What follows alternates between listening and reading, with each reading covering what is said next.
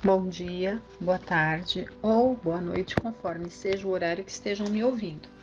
Dando sequência à série de palestras promovidas pela Casa de Fabiano, hoje nós vamos ler aqui um conto do livro Contos e Apólogos, do Irmão X, pela psicografia do Chico Xavier. É uma história que depois a gente vai ver como que várias e várias passagens do Evangelho aqui cabem bem para a gente compreender essa situação, né? E também para a gente identificar nessa história em nós, né? O que dela existe em nós, para que a gente saiba encontrar a resposta lá no Evangelho. Então, o nome desse conto aqui, olha, é O Homem que Não Se Irritava. Existiu um rei, amigo da sabedoria, que depois de grande trabalho para subjugar a natureza inferior, convidou um filósofo para socorrê-lo no aperfeiçoamento da palavra. Então, né, um rei que estava querendo dominar ali a brutalidade, né, a natureza inferior, e convidou então um filósofo para ajudá-lo a se tornar mais polido, né, no aperfeiçoamento da palavra. Conseguira indiscutível progresso na arte de sublimar-se. Fizera-se portador de primorosa cultura, tanto no ministério público, né, tanto na vida pública, quanto na vida privada. Caracterizava-se por largos gestos de bondade e inteligência. Fazia quanto lhe era possível para exercer a justiça segundo os padrões da reta consciência e demonstrava inexcedível carinho na defesa e proteção do povo, por meio de reiteradas distribuições de lã e trigo, a fim de que as pessoas menos favorecidas pela fortuna não sofressem frio ou fome. Não sabia acumular tesouros exclusivamente para si, e em razão disso, obedecendo às virtudes sociais de que se fizera o exemplo vivo, instituíra escolas e abrigos e incentivara a indústria e a lavoura, desejando que todos os súditos, ainda os mais humildes, encontrassem acesso à educação e à prosperidade. Então, ele era um rei, nossa, quiséramos nós ter um governante como esse rei, né? Então ele fez tudo de bom para o seu povo, ele não governava pensando só em si, ele governava pensando no bem coletivo, né? Então ele pediu aquele apoio ali daquele filósofo e realmente ele conseguiu muita coisa. Porém, né, vamos lá. No círculo das manifestações pessoais, contudo, então ali nas relações pessoais, né, no entendimento dele com o próximo, no lidar, né, no TED a TED, no dia a dia. Então, no círculo das manifestações pessoais, contudo, o valoroso monarca se sentia atrasado e hesitante. Não sabia disfarçar a cólera, não continha a franqueza rude e nem sopitava o mau humor. Então ele era pavio curto, ele feria mesmo ali com a palavra, ele estava pronto para dar sempre um coice, né? Através da palavra.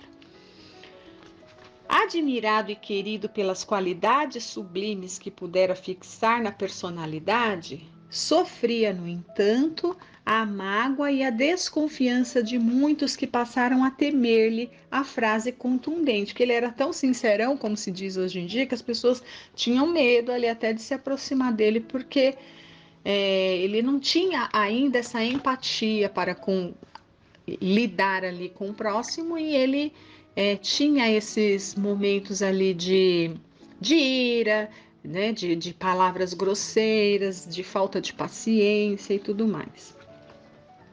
Interessado, porém, na própria melhoria, solicitou ao filósofo que lhe acompanhasse ali de cotidiano. Quando se descontrolava, caindo nas amargas consequências do verbo impensado, um orientador observava com humildade. Então, cada vez que ele dava uma escorregada, o filósofo falava: Poderoso Senhor, tenha paciência e continue trabalhando no aprimoramento das próprias manifestações. A expressão serena e sábia revela a grandeza interior que reclama tempo para ser devidamente consolidada. Quem alcança a ciência de falar pode conviver com os anjos, porque a palavra é, sem dúvida, a continuação de nós mesmos. Era o conselho que o filósofo dava para ele, né? Para ele ter paciência e continuar buscando a melhora. O monarca não se conformava e, em desespero passivo, confiava-se a rigoroso silêncio, que prejudicava consideravelmente os negócios do reino. Então, o que ele fazia? Como ele não conseguia se dominar, ele começou a ficar quieto. Bom, já que eu não sei fazer, da minha boca não sai uma palavra doce, carinhosa, meiga, compreensiva e paciente, então eu não vou falar nada, vou ficar mudo. Quantos de nós não faz isso, né?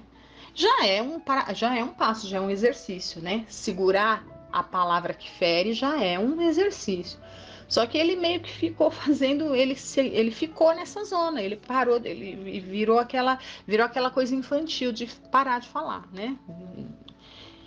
E aí, olha só, de semelhante posição vinha roubá-lo o filósofo advertindo. Aí o filósofo estava ali para tentar ajudar, né? Então, percebendo essa tendência que ele desenvolveu de fechar a boca e não falar mais, o filósofo foi tentar ajudá-lo e disse: amado soberano, a extrema quietude pode traduzir traição aos nossos deveres. A pretexto de nos reformarmos espiritualmente, não será lícito desprezar os nossos compromissos com o progresso comum. Fale sempre e não desdenhe agir. O verbo é a projeção do pensamento criador, ou seja, porque tudo, né? Tudo começa através do verbo, a gente verbaliza o que a gente quer fazer.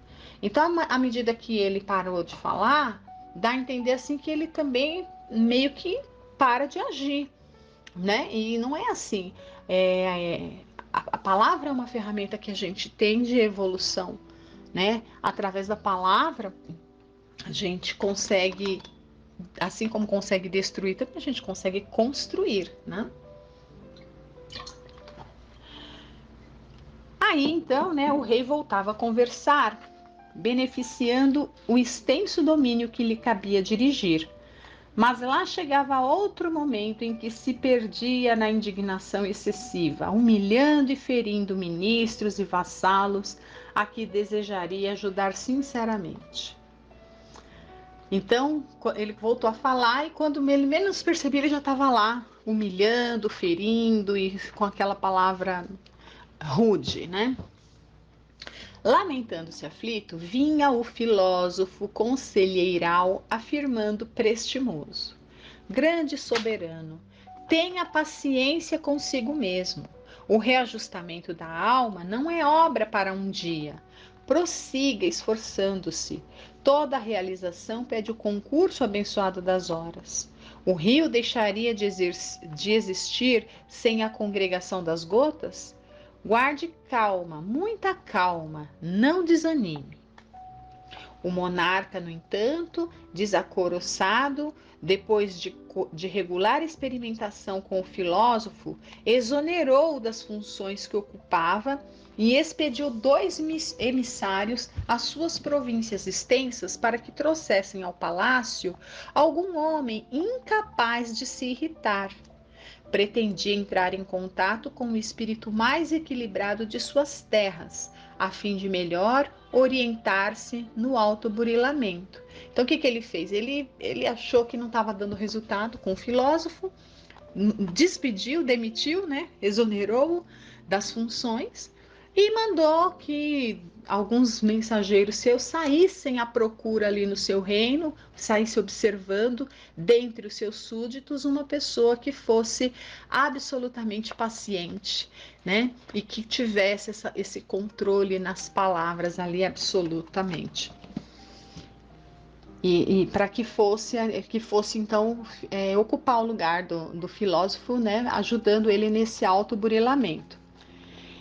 Os mensageiros iniciaram as investigações, mas impacientavam-se, desiludidos, né? Então, até os próprios mensageiros estavam ficando impacientes, porque não encontravam, né? Um homem que,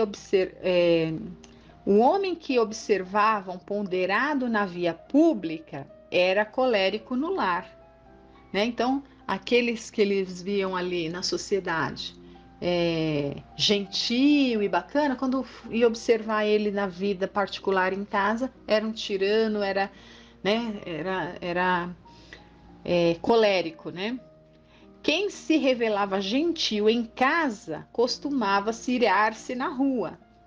Alguns se mostravam distintos e agradáveis junto da família consanguínea, todavia eram azedos no trato social. Diversos exibiam formosa máscara de serenidade com os estranhos. No entanto, dirigiam-se aos domésticos com deplorável aspereza. Então, eles saíram procurando e foi isso que eles viam, né? As pessoas, ora, em algum momento, né, com algum grupo, em alguma circunstância era de um jeito, em outra circunstância era do outro. Ninguém era ali imperturbavelmente já sereno e senhor de si, e sempre manso, pacífico, com boas palavras, né? Afável, doce, em todas as circunstâncias. Então, eles, né, aí passou o tempo, olha, depois de 30 dias de porfiada pesquisa, descobriram jubilosos o homem que nunca se exasperava. Eles viram alguém. Seguiram-no cuidadosamente em toda parte. Nunca falava alto e mantinha silêncio comovedor no domicílio que lhe era próprio e fora dele. Então, em todos os lugares, ele estava sendo observado, esse homem, né?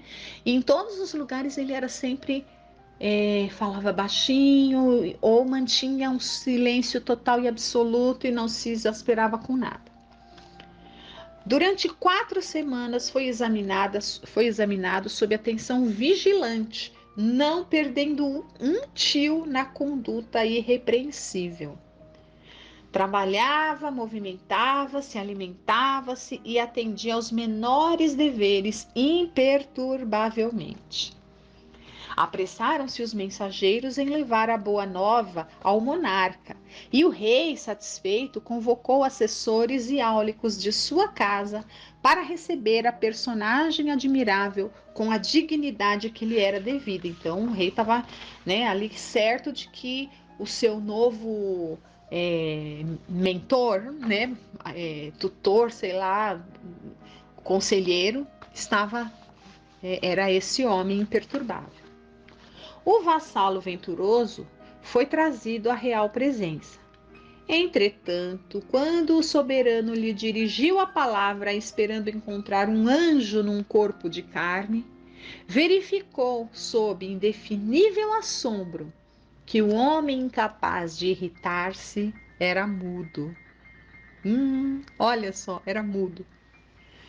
Sob o respeito manifesto de todos, o rei sorriu, desapontado, e mandou buscar novamente o filósofo, resignando-se a ter paciência consigo mesmo, a fim de aprender a conquistar-se pouco a pouco. Qual a moral dessa história? Ele descobriu que não existe que ninguém seja perfeito, né? A gente depreende que num mundo de provas e expiações, aonde estão encarnados imperfeitos, espíritos imperfeitos, a gente realmente não vai encontrar isso, né?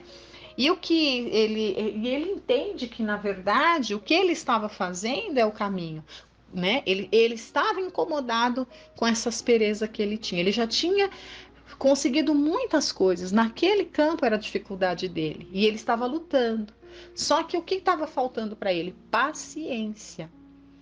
Ele estava muito afoito. Era só o que o filósofo recomendava. Tem paciência, né? Então, muitas passagens do Evangelho a gente pode ler, né? E tirar valiosas lições. Então, olha, esse rei, o que ele queria? Ele estava perturbado, né? Ele se sentia perturbado por causa dessa dificuldade dele. Então ele não tinha paz, ele estava impaciente, né? Ele estava totalmente impaciente. Então a gente percebe, por exemplo, quando Jesus fala do jugo leve, né? E ele convida a nós, dizendo: Vinde a mim, todos os que andais em sofrimento, e vos achais sobrecarregados, e eu vos aliviarei. Tomai sobre vós o meu jugo e aprendei de mim, que sou manso e humilde de coração, e achareis descanso para as vossas almas, porque o meu jugo é suave e o meu fardo é leve. Então, se tivesse que procurar algum exemplo que fosse ali de perfeição a ser seguida, quem seria? O próprio Jesus, né? Ele não ia encontrar lá no reino dele um homem comum, porque não existe. O único homem que já tinha o seu autodomínio, já era pura luz, era Jesus, né? É Jesus. Então, se ele estava buscando alguém para ser ali o seu mestre, o seu ajudante, o seu conselheiro, ele deveria então aceitar esse convite de Jesus, dizendo: Vinde a mim, porque ele, né? Ele que vai proporcionar descanso para as nossas almas. Só Jesus para proporcionar para ele essa paciência de conseguir esperar o seu momento e o seu tempo. Só que essa espera não é uma espera passiva, né? E ele não estava passivo, ele estava fazendo alguma coisa. Só que eles não estavam tendo a paciência de esperar o tempo certo da colheita. Aí caberia aqui também a parábola do semeador, né? O tempo certo da colheita, o tempo certo do plantio, né? O terreno certo onde a semente vai germinar. Então dá margens essa história para a gente pensar em muitos ensinamentos de Jesus. Outro também, olha lá nas bem-aventuranças, quando Jesus convida, né? Bem-aventurados os mansos, porque eles possuirão a terra. Bem-aventurados os pacíficos, porque serão chamados filhos de Deus. E continua Jesus ali no Sermão do Monte, dizendo: Ouvistes o que foi dito aos antigos: Não matarás, e quem matar será réu no juízo. Pois eu vos digo que todo o que se ira contra o seu irmão será réu no juízo. E o que disser ao seu irmão, raca, será réu no conselho. E o que disser, és louco, merecerá a condenação do fogo do inferno. Então, o que ele está dizendo aqui, né? Jesus, aqui com essas palavras, ele está ensinando para a gente sobre a afabilidade, a doçura, a mansuetude, o controle das palavras, que era justamente isso que ele buscava. Então ele ia encontrar tudo isso que ele buscava no Evangelho. Nessa parte das bem-aventuranças, ele ia encontrar, né? Apesar que o filósofo já estava dizendo isso para ele, só que ele não estava preparado ainda para aceitar, para conseguir compreender, né? Ele precisou ali dessa busca toda para no final das contas ele perceber que o filósofo estava certo, entender o que o filósofo queria e a partir de então ele continuar na sua luta, tendo a paciência com ele mesmo, né?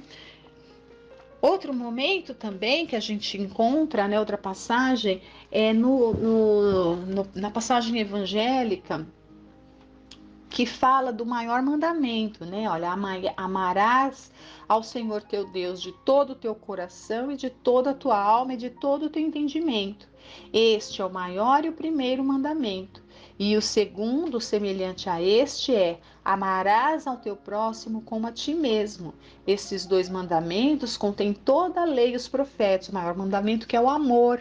Então, se ele colocasse assim um pouco mais de amor nesse desejo de melhorar nessa parte, né, de ser mais paciente, de ter uma palavra mais doce, mais afável, se ele se aprimorasse nesse aprendizado, com certeza ele saberia lidar com as outras pessoas de uma maneira mais, com uma palavra mais doce, né?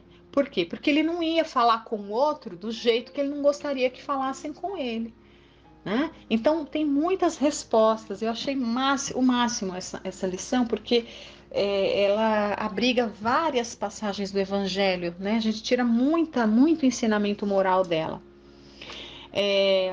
E ainda, né, por fim, aqui, eu ainda coloco uma última, que é no capítulo que fala da perfeição, porque é só no nosso autoburilamento, no nosso trabalho de reforma íntima, que era o que, na verdade, esse rei estava buscando fazer, que nós vamos encontrar a nossa relativa perfeição, que é a perfeição moral, que todos estamos aí sujeitos, suscetíveis, nós vamos atingir, né? Então, lá no Evangelho, a parte que trata o capítulo ali que vai falar dessa perfeição, né, dessa transformação, Jesus diz: amai os vossos inimigos, fazei bem aos que fazei bem aos que vos têm ódio, e orai pelos que vos perseguem e caluniam, para serdes filhos de vosso Pai, o qual faz nascer o sol sobre bons e maus, e cair chuva sobre justos e injustos.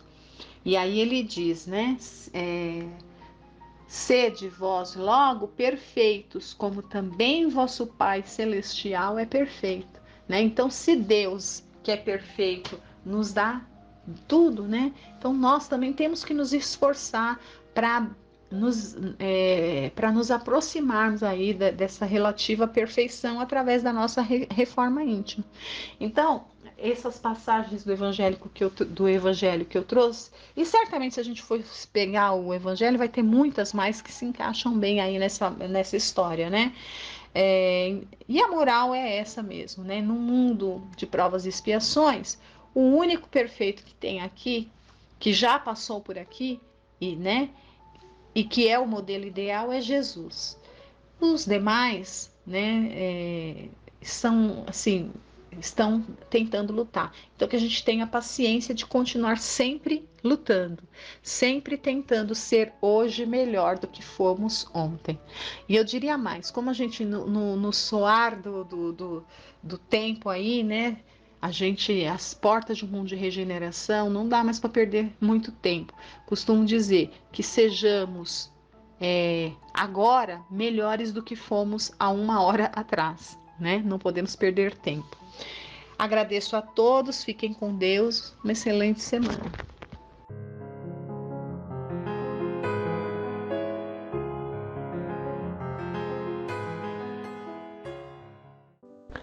Boa noite a todos. Hoje nós vamos ver a parte final, a terceira parte que nós estamos vendo, que é a parte em que finalizaremos, né, a leitura da história do Espiritismo, que foi publicada no livro O Espiritismo em sua mais simples expressão. O autor desse livro é Allan Kardec. E esse livro foi publicado pela primeira vez em 1862, 5 anos após o Livro dos Espíritos e 1 ano após a publicação do Livro dos Médiuns. Então eu vou dar a continuidade da leitura, hoje é o terceiro e último dia sobre essa leitura do histórico, como já disse, né? Vou ler um parágrafo anterior ao que iniciamos hoje, ou seja, o último que li na semana passada. O Espiritismo, entretanto, não é uma descoberta moderna. Os fatos e princípios em que se fundamenta perdem-se na noite dos tempos, já que deles encontramos traços nas crenças de todos os povos, em todas as religiões, na maior parte dos escritos sagrados e profanos. Acontece apenas que os fatos não foram plenamente observados e foram muitas vezes interpretados de acordo com as ideias supersticiosas geradas pela ignorância. Deles não se haviam deduzido todas as consequências. Com efeito, o Espiritismo funda-se na existência dos espíritos, mas como os espíritos nada mais são que as almas dos homens, desde que existiram homens, existiram espíritos. O Espiritismo nem os descobriu, nem os inventou. Se as almas ou espíritos podem manifestar-se aos vivos, é que isso constitui lei da natureza e, portanto, deve ter sido sempre assim em todos os tempos. Por isso, sempre e por toda parte encontraram-se provas dessas manifestações que são especialmente numerosas nas narrativas bíblicas. O que é moderno é a explicação lógica dos fatos, o conhecimento mais perfeito da natureza dos espíritos, de seu papel e de seu modo de ação, a revelação de nosso estado futuro, enfim, sua constituição em corpo de ciência e de doutrina e suas diversas aplicações. Os antigos conheciam o princípio, os modernos conhecem os detalhes. Na antiguidade, o estudo desses fenômenos era privilégio de certas castas, que só se revelavam aos iniciados em seus mistérios. Na Idade Média, aqueles que com ele se ocupavam ostensivamente eram encarados como feiticeiros e eram queimados vivos. Hoje, porém, não há mistérios para ninguém. Não se queima ninguém por isso.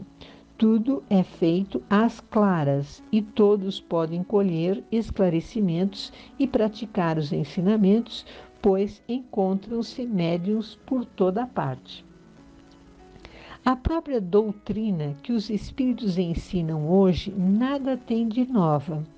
É encontrada aos fragmentos na maioria dos filósofos da Índia, do Egito e da Grécia, e de forma integral nos ensinamentos do Cristo. O que vem, pois, fazer o Espiritismo? Vem trazer novas confirmações, demonstrar, através de fatos, verdades desconhecidas ou mal compreendidas, restabelecer em seu verdadeiro sentido as que foram mal interpretadas. O Espiritismo não ensina coisa alguma de novo, é verdade. Mas não é alguma coisa provar de maneira patente e irrefutável a existência da alma, sua sobrevivência ao corpo, sua individualidade pós-morte, sua imortalidade, as penas e as recompensas futuras? Quantas pessoas creem nestas coisas, mas creem dissimulando um vago sentimento de dúvida e dizendo em seu foro íntimo, abre aspas, e se isso não fosse verdade? Fecha aspas. Quantos foram levados à incredulidade porque lhes foi apresentado o futuro sob um aspecto que sua razão não aceitava? Não é importante para o crente vacilante poder dizer consigo mesmo, agora tenho certeza. Para o cego, poder rever a luz, para o cego poder rever a luz, através dos fatos e por sua lógica, o Espiritismo vem dissipar a angústia da dúvida e reconduzir ao caminho da fé aquele que dele se havia desgarrado.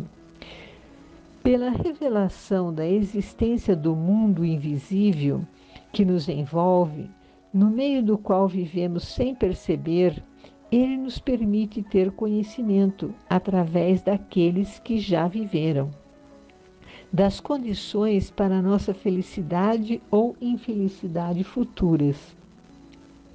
Explica-nos a causa de nossos sofrimentos aqui neste mundo e o meio de abrandá-los. Sua propagação terá com efeito inevitável a destruição das doutrinas materialistas, incapazes de resistir à evidência dos fatos. O homem, convencido da grandeza e da importância de sua vida futura, que é eterna, compara-a com a instabilidade da vida terrena, que é tão curta e eleva-se pelo pensamento acima das mesquinhas considerações humanas. Conhecendo a causa e a finalidade de seus infortúnios, suporta-os com paciência e resignação, porque sabe que é através deles que atingirá uma posição melhor. O exemplo dos que vêm do além-túmulo descrever suas alegrias e suas dores, provando a realidade da vida futura, prova ao mesmo tempo que a justiça de Deus não deixa vício algum sem punição, nem virtude sem recompensa. Acrescentemos, finalmente, que as comunicações com os entes queridos que perdemos proporcionam doce consolo, testemunhando não somente que eles vivem, mas também que deles só estamos apartados como se estivessem vivos em algum país distante.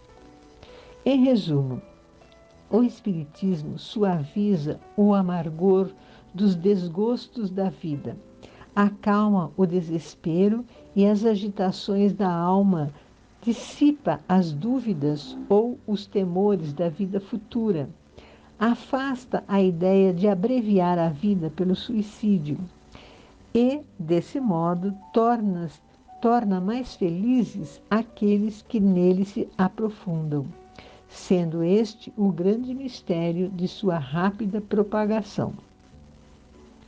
Do ponto de vista religioso, o Espiritismo tem por base as verdades fundamentais de todas as religiões: Deus, a alma, a imortalidade, as penas e recompensas futuras, sendo, porém, independente de qualquer culto em particular.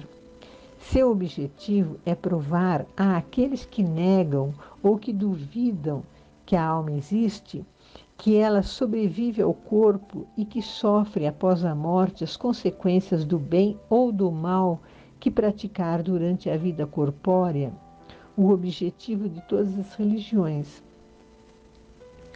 Quanto à crença nos espíritos, também se encontra em todas as religiões, assim como em todos os povos, porquanto em toda parte em que há homens, há almas ou espíritos. Suas manifestações pertencem a todas as épocas e em todas as religiões, sem exceção. Há narrativas a este respeito. Católicos, gregos ou romanos, protestantes, judeus ou muçulmanos podem crer nas manifestações dos espíritos e ser, por conseguinte, espíritas. A prova está em que o espiritismo tem adeptos em todas as seitas. Como moral, é essencialmente cristão, porque a doutrina que ensina nada mais é que o desenvolvimento e a prática daquela do Cristo. Vou ler de novo. Como moral, é essencialmente cristão, porque a doutrina que ensina nada mais é que o desenvolvimento e a prática daquela do Cristo, a mais pura dentre todas, cuja superioridade ninguém contesta. Prova evidente de que é a expressão da lei de Deus. Ora, a moral está ao alcance de todos. O Espiritismo, independente de qualquer forma de culto, não aconselhando nenhum e não se preocupando com dogmas particulares, não constitui uma religião especial, pois não possui nem sacerdotes nem templos. Aos que lhe pergunto se fazem bem em seguir tal ou tal prática, apenas responde, abre aspas, se sua consciência aprova o que você faz, faça-o. Deus sempre considera a intenção, fecha aspas. Numa palavra, o Espiritismo nada impõe a ninguém. Não se destina aos que têm fé e a quem esta fé é suficiente, mas a numerosa classe dos inseguros e dos incrédulos. Não os afasta da igreja, porquanto já estão dela moralmente afastados, de modo total ou parcial, mas os leva a fazer 3/4 do caminho para nela entrarem. Cabe à igreja fazer o resto. Sobre a fala de Kardec nesse parágrafo, o revisor do livro coloca uma observação para melhor entendimento. Eu vou ler. Algumas pessoas estranham essa passagem. Kardec apenas argumenta que o Espiritismo restitui, ou seja, devolve a crença aos incrédulos e, com isso, os reaproxima da Igreja, o que é inegável. Sua frase final é bem clara. Cabe a ela responder às aspirações religiosas dos conversos de acordo com as suas disposições íntimas. Caso contrário, eles tomarão outro caminho. A restituição da crença é o que interessa ao Espiritismo e não fazer prosélitos. Então podemos entender o quê? Que Kardec fala que o Espiritismo pode esclarecer as pessoas, mas cada um dentro da sua religião pode estar agregando esses ensinamentos, mas mantendo a religião que gosta. Porém, alguns podem ter interpretado diferente e por isso houve essa nota do revisor. Continuando a leitura. O Espiritismo combate, é verdade, algumas crenças como a da eternidade das penas, a do fogo material do inferno e a de personalidade do diabo, etc. Mas não é certo que tais crenças, impostas como absolutas, sempre criaram incrédulos, como ainda acontece hoje? É uma pergunta, né?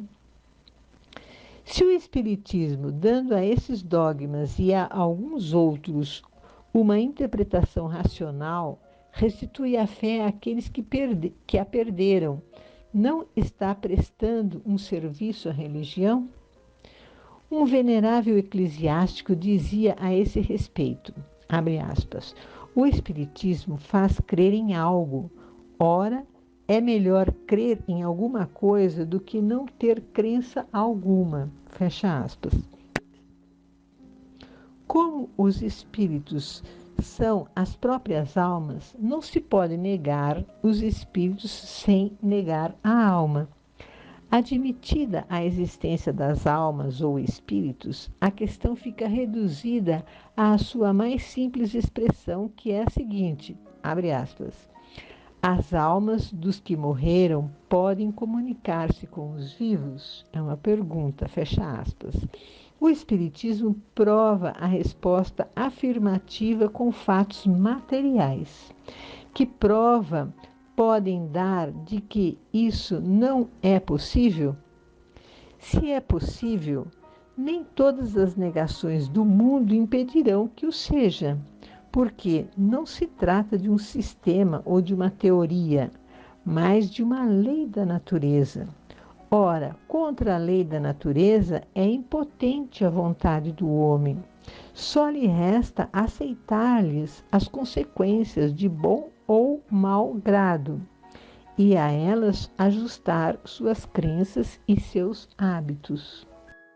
E assim finalizamos o histórico do Espiritismo, que é bem interessante para verificarmos sobre a evolução dos fenômenos, como foram ocorrendo, como se chegou à conclusão e a comprovação, né, de que existe, né, a vida eterna, que todos nós acreditamos em toda e qualquer religião, não é?